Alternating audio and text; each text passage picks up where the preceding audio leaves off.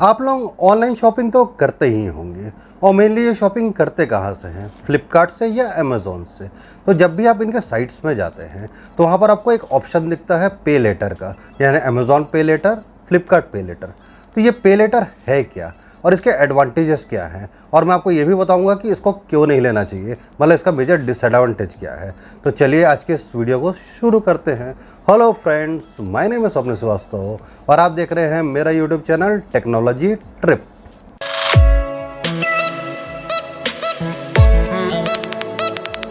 तो ये पे लेटर सर्विस होता क्या है, इसको जानने से पहले हम एक और बात करते हैं क्रेडिट कार्ड की। क्रेडिट कार्ड तो हर कोई जानता है, ये बैंक आपको एक कार्ड प्रोवाइड करता है, उसमें आपको एक क्रेडिट लिमिट दिया गया है।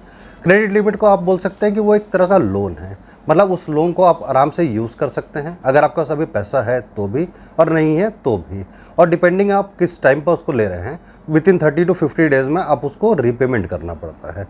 तो यही होता है क्रेडिट कार्ड का फंडा जो हर कोई जानता है। बट क्रेडिट कार्ड सबको तो मिलता नहीं है। आपको मालूम है क्रेडिट कार्ड के लिए एक पर्टिकुलर इनकम चाहिए, आपका सिबिल स्कोर अच्छा होना चाहिए। तो जिनके पास क्रेडिट कार्ड नहीं है उन्हीं के लिए लाया गया है ये पे लेटर सर्विस। ये अमेज़ॉन में भी है, आपका फ्लिपकार्ट में भी है। फ्लिपकार्ट में आपका फ्लिपकार्ट पे लेटर के नाम से है और अमेज़ॉन में अमेज़ॉन पे लेटर। अगर आप रेगुलरली वहाँ पे आप उसको यूज़ करते हैं, अकॉर्डिंग टू योर प्रोफाइल वहाँ पर एक अमाउंट आपको क्रेडिट कर दिया जाता है। ये अमाउंट आपका 2000 भी हो सकता है, 5000, 10,000, 50,000 भी हो सकता है।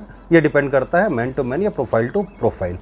अब इस अमाउंट का आप यूज़ क्या कर सकते हैं? तो आप जब भी इनके साइट में आप जाएंगे, जैसा अगर आपने फ्लिपकार्ट पे लेटर लिया तो आप फ्लिपकार्ट में या मिंत्रा पर कोई भी सामान आप ले सकते हैं। अगर आपके पास आज पैसा नहीं है तो कोई दिक्कत नहीं, इस पे लेटर में जो अमाउंट है आप उसको यूज़ कर सकते हैं और इसको आपको नेक्स्ट मंथ में आपको पे करना पड़ेगा।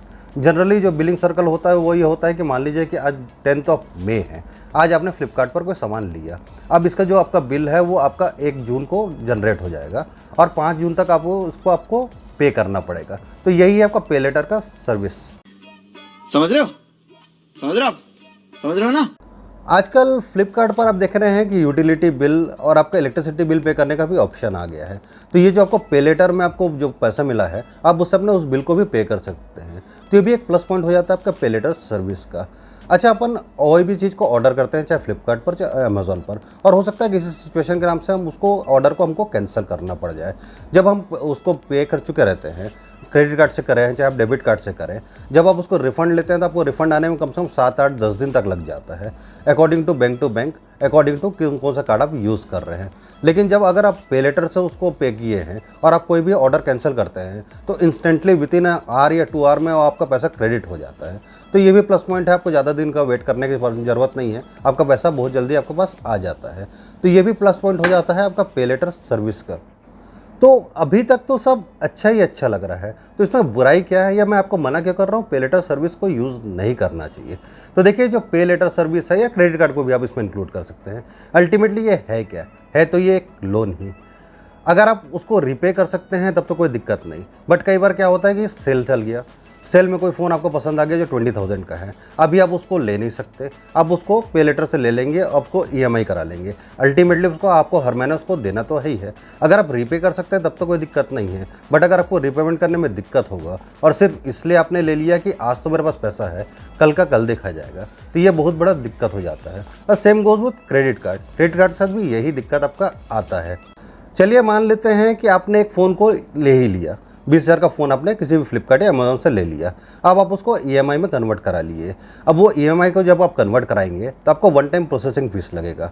हो सकता है वो आपके प्रोडक्ट का 1% हो या फिर 199 रुपीज़ प्लस जीएसटी, इतना पैसा तो आपको लगेगा ही लगेगा। अब आपको हर महीने आपको पे करना है। अब मान लीजिए आप पे 5 तारीख को नहीं कर पा रहे, आप 6 या 7 को पे करेंगे, तो क्या होगा? जैसे ही आप एक दिन भी आप अपना पेमेंट को डिले करेंगे, आपको हैवी पेनल्टी लगेगी। वहाँ पर आपको दिख जाएगा क्या क्या चार्जेस लगते हैं।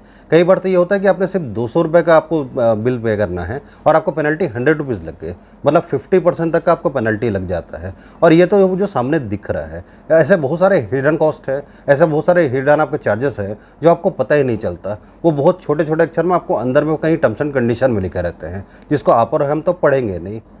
पेनल्टी तो लग ही गया, चलिए आप जैसे तैसे पेनल्टी को पे कर लेंगे, इशू नहीं है। बट जहाँ पे आप डिले करते हैं वहाँ पर आपका सिविल बहुत ज़्यादा ख़राब हो जाता है। सिविल आपको पता होगा बहुत इंपॉर्टेंट फैक्टर होता है।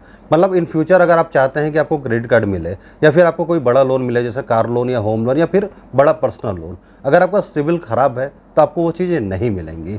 और जहाँ ही पे लेटर में आप 1 या 2 दिन भी आप उसको डिले करते हैं, वो तुरंत वहाँ पर इंक्वायरी कर देते हैं और आपका सिविल वहाँ पर ख़राब हो जाता है, जो कि सबसे मेजर प्रॉब्लम हो जाता है आपका पे लेटर सर्विस का। और सबसे मेन बात मैं आपको यही बोल रहा हूँ कि सबसे मेजर कोई डिसएडवांटेज है आपका पे लेटर सर्विस का, वो यही है कि अगर आपने डिले किया तो आपका सिविल मान के चलिए कि ख़त्म। क्या बढ़िया था गुरु। सिबिल की भी बात हो गई, अब बात कर लेते हैं कॉमन। चलिए आपने ईएमआई करा लिया, आपने वन टाइम प्रोसेसिंग फीस भी दे दिया, आप टाइम टू टाइम उसको पे भी कर रहे हैं तो आपको पेनल्टी नहीं लगेगी, मान लिए। पर आपको पता है इसका रेट ऑफ इंटरेस्ट कितना आता है? आप इसको 3 मंथ, 6 मंथ, 9 मंथ डिपेंड करता है। अगर वो बहुत बड़ा प्रोडक्ट लिया तो 12 महीने का भी आपको ऑप्शन दे सकते हैं, पर इसमें आपको फ्लैट 24% का इंटरेस्ट लगता है। वही अगर आप कंपेयर करेंगे क्रेडिट कार्ड से तो वो हार्डली 15 से 16% का आपको इंटरेस्ट लेता है। तो ह्यूज डिफरेंस आपका 8 से 9% का डिफरेंस आ जाता है पे लेटर में।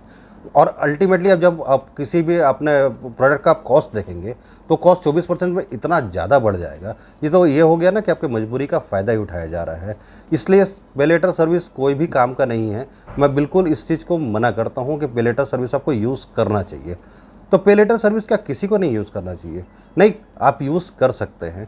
अगर आपको मालूम है कि आपको आपने क्या प्रोडक्ट लेना है, आपका प्रोडक्ट किस काम का है, आपका वो यूज़ है, आप उसको रीपे कर सकते हैं। आपको मालूम है कि नेक्स्ट मंथ ईएमआई में आराम से भर लूँगा, मुझे कोई पेनल्टी नहीं देना पड़ेगा, ताकि मेरे सिविल में कोई फ़र्क नहीं पड़ेगा, तो आप ले लीजिए। बट बस सिर्फ शौक में कि सेल है और सेल में मुझे ये फ़ोन पसंद है, कल पता नहीं मैं पैसा कैसे दूंगा पर आज तो ले लेता हूँ, वहाँ पर आपको पे लेटर सर्विस बिल्कुल भी यूज़ नहीं करना चाहिए। ये बहुत ज़्यादा डेंजरस आपके साथ हो जाता है। तो ये बात हो अल्टीमेटली पे लेटर की, चाहे आप फ्लिपकार्ट की बात कर लें चाहे अमेज़ॉन की बात कर लें, दोनों का फंडा वही है, दोनों है तो अल्टीमेटली भाई भाई ही ना। अब आपको सोचना चाहिए कि ये पे लेटर सर्विस आपको यूज़ करना है कि नहीं करना, इसके आपके एडवांटेजेस दिख रहे हैं कि डिसएडवांटेज।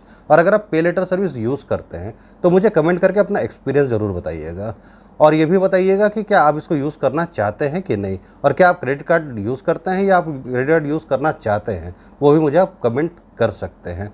और एक मैं वीडियो लाऊंगा जिसमें आपको क्रेडिट कार्ड और पे लेटर सर्विस का भी आपको डिफरेंस बताऊंगा। ये वीडियो अगर आप देखना चाहते हैं तो इसके बारे में कोई भी क्वेरी होगा तो आप मुझसे बिल्कुल कमेंट कर सकते हैं, मैं उसको आपका रिजॉल्व कर दूंगा। तो होपफुली ये पे लेटर का माया आपको समझ में आ गया होगा। अब आपको देखना है कि इस माया में आपको फंसना है कि बचना है, ये आपकी मर्जी।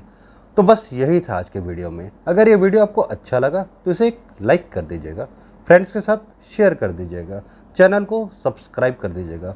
और भी किसी टाइप के वीडियो का आपको रिक्वायरमेंट है तो आप मुझे कमेंट कर दीजिएगा, मैं उस पर भी वीडियो बनाने की पूरी कोशिश करूंगा। और पे लेटर से अगर रिलेटेड कोई भी आपका क्वेश्चन है तो आप कमेंट कीजिए, मैं रिप्लाई ज़रूर करूँगा। तो मिलते हैं फिर नेक्स्ट वीडियो में, तब तक अपना ध्यान रखिएगा। Take care.